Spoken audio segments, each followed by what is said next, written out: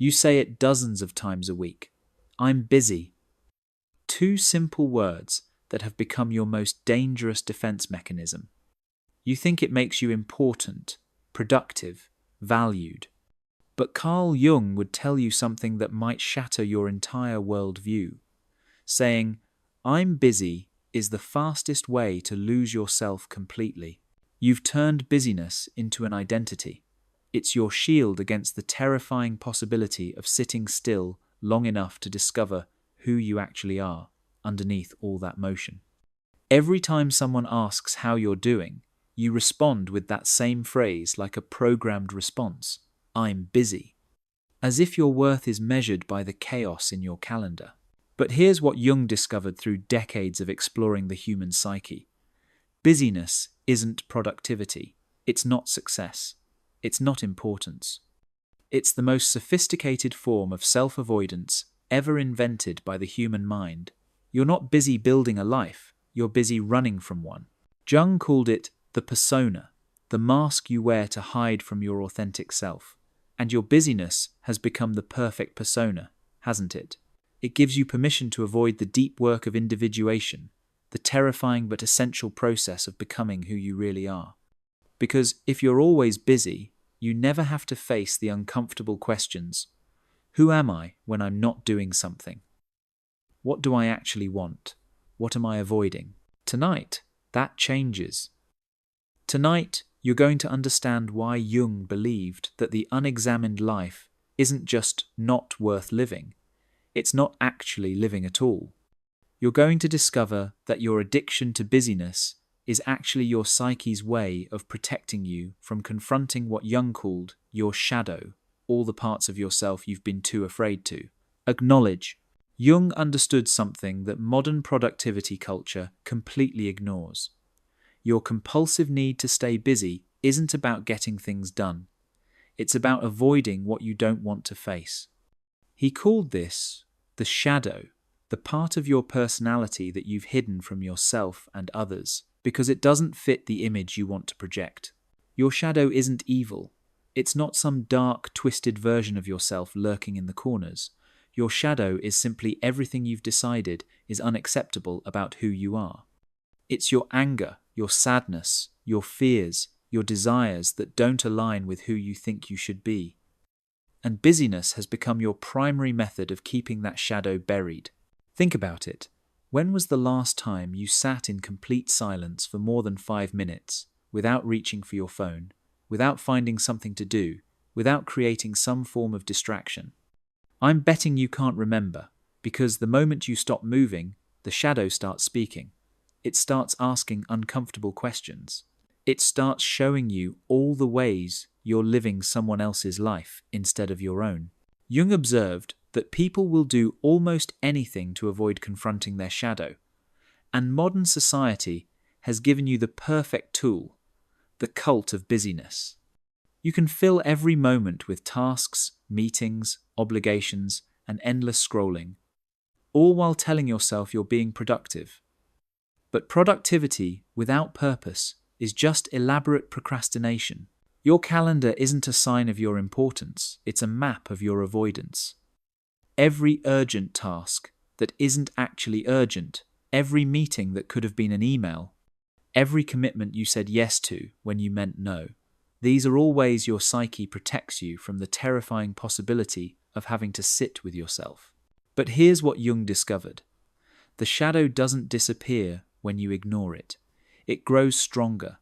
It starts running your life from the unconscious. It makes your decisions for you. It chooses your relationships, your career, your entire life trajectory, all while you remain completely unaware because you're too busy to notice. The person who is always busy is never really present. They're always somewhere else in the next task, the next meeting, the next crisis that needs their attention.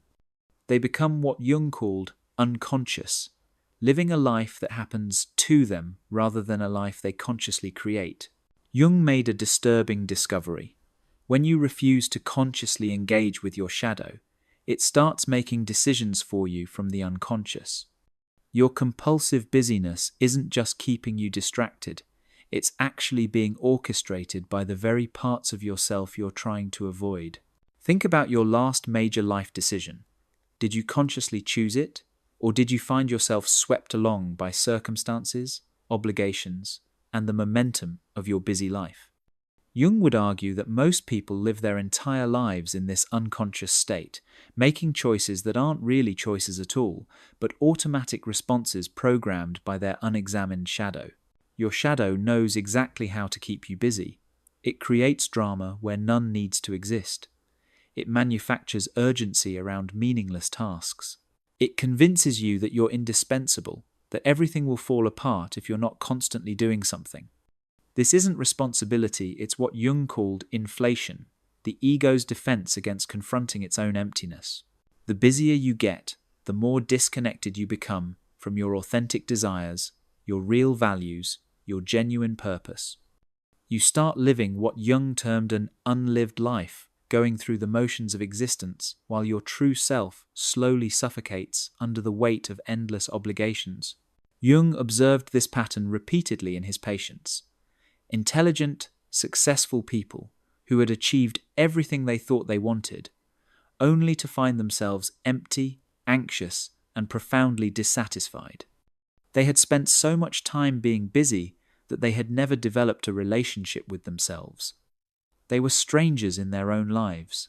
This is why Jung emphasized the crucial importance of what he called active imagination, deliberately creating space for the unconscious to speak. But active imagination requires the one thing your busy life never provides: unstructured time.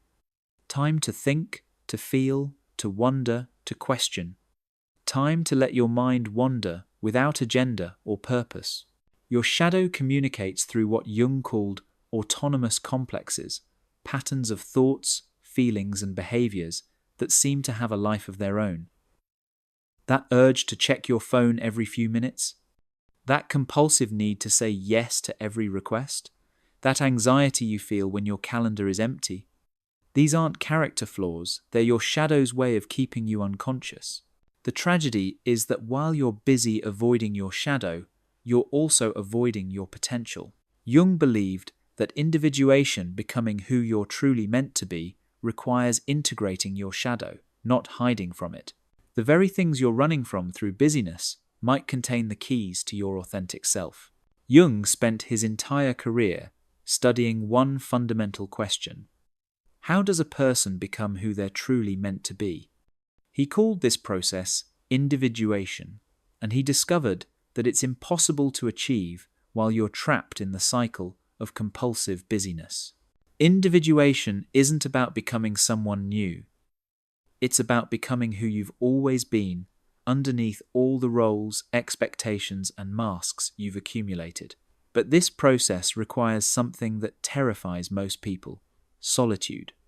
Not just being alone, true solitude, where you're present with yourself, without distractions, without tasks, without the endless noise of modern life. Your busy schedule isn't just keeping you from yourself, it's actively preventing the most important work you'll ever do. Jung understood that individuation happens in the spaces between activities, in the moments of reflection, in the uncomfortable silences where your authentic self has room to emerge. Every time you fill that space with busyness, you're choosing unconsciousness over awareness. You're choosing the familiar discomfort of constant motion over the unfamiliar discomfort of self-discovery. But here's what Jung learned: the discomfort of self-discovery is temporary, while the discomfort of living an unlived life is permanent. The individuated person doesn't need to be busy to feel valuable. They don't need external validation to know their worth. They don't need constant stimulation to feel alive. They have developed what Jung called a transcendent function, the ability to hold paradox, to sit with uncertainty, to be comfortable with not knowing. But getting there requires what Jung termed the confrontation with the unconscious, a deliberate, conscious engagement with all the parts of yourself you've been avoiding. This isn't a weekend workshop or a self-help seminar. It's the work of a lifetime, and it can only happen when you stop running long enough to listen. Jung observed that most people experience what he called the midlife crisis, not because they're getting older, but because the energy required to maintain their persona, their mask of busyness and productivity, becomes unsustainable. The shadow starts breaking through. The unlived life starts demanding attention. The question becomes, will you continue to resist, or will you finally stop and listen? Jung's solution wasn't to eliminate the shadow or abandon all activity. His solution was integration, consciously acknowledging and working with all parts of yourself, including the ones you've been avoiding through busyness. This requires a fundamental shift from unconscious avoidance to conscious engagement. The first step is what Jung called shadow work, deliberately identifying and examining the parts of yourself you've been hiding. This isn't about judgment or self-criticism. It's about honest recognition. What are you really avoiding when you fill every moment with activity? What feelings, thoughts, or realizations are you not allowing yourself to have? Take out a notebook tonight. Not your phone, not your laptop, a physical notebook and pen. Jung believed in the power of handwriting to access the unconscious in ways that typing cannot. Write down everything you're actually avoiding by staying busy. Not what you tell people you're avoiding, what you're really avoiding. Are you avoiding the reality that your career doesn't fulfill you? Are you avoiding the fact that your relationships feel empty? Are you avoiding your own mortality, your own fears, your own desires that don't fit your acceptable self-image? Write it all down. Don't edit, don't soften, don't make it palatable. Jung insisted that transformation requires brutal honesty with yourself. The second step is what Jung called holding the tension of opposites. You don't have to choose between being productive and being authentic. You don't have to choose between responsibility and self-discovery. But you do have to learn to distinguish between genuine necessity and unconscious avoidance. Start asking yourself, is this task actually necessary, or am I using it to avoid something? Am I saying yes to this commitment because it serves my authentic purpose, or because saying no would require me to face something uncomfortable? Is this urgency real, or is it manufactured by my need to stay distracted? Jung discovered that when people stop using busyness as an escape, they don't become lazy or unproductive. They become more genuinely productive because their actions start coming from conscious choice rather than unconscious compulsion. They start saying no to the trivial and yes to the essential. The goal isn't to eliminate all activity from your life. The goal is to ensure that your activities serve your individuation rather than preventing it. Jung lived an incredibly productive life, writing, teaching, seeing patients, developing revolutionary psychological theories. But his productivity came from alignment with his authentic self, not from avoidance of it. This means creating what Jung called temenos, sacred space, for your inner work. It might be 30 minutes every morning before the world starts making demands. It might be one evening a week where you turn off all devices and sit with yourself.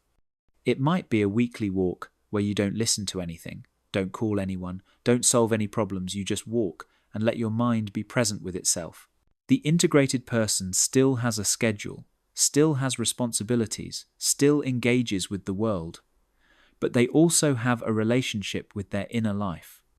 They know the difference between being productively busy and being avoidantly busy. They can sit in silence without anxiety.